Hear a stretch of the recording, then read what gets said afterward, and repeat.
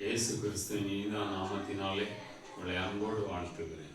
ஆதியாகமம் புஸ்தகம் 28ஆம் அதிகாரம் 15ஆம் வசனம். நான் உன்னோடு இருந்து நீ போகிற இடமெல்லாம் உன்னை காத்து இந்த தேசத்துக்கு உன்னை திரும்பி வர பண்ணுவேன். நான் உனக்கு சொன்னதை செய்யும் அளவும் உன்னை கைவிடுவதில்லை என்றார்.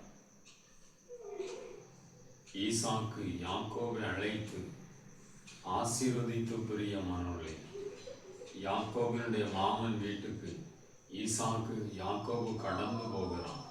கடந்து போகிற வேளையிலே இரவு வந்தபடியினாலே ஒரு இடத்திலே படுத்து கொள்கிறான் பிரியமானவர்களே.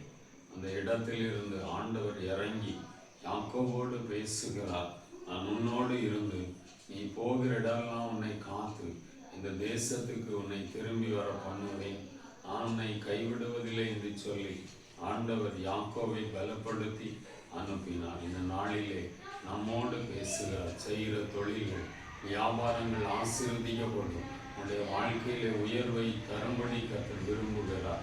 ஆண்டவர் உங்களுக்கு சொன்ன வாக்கு தத்தத்தை நிறைவேற்ற போகிறார்.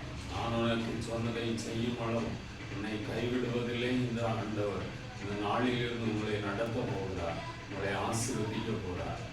யாக்கோபை அழைத்து ஆசீர்வதித்த கர்த்தர் உங்களை ஆசீர்வதித்து மேன்மைப்படுத்தி கனப்படுத்துவார்.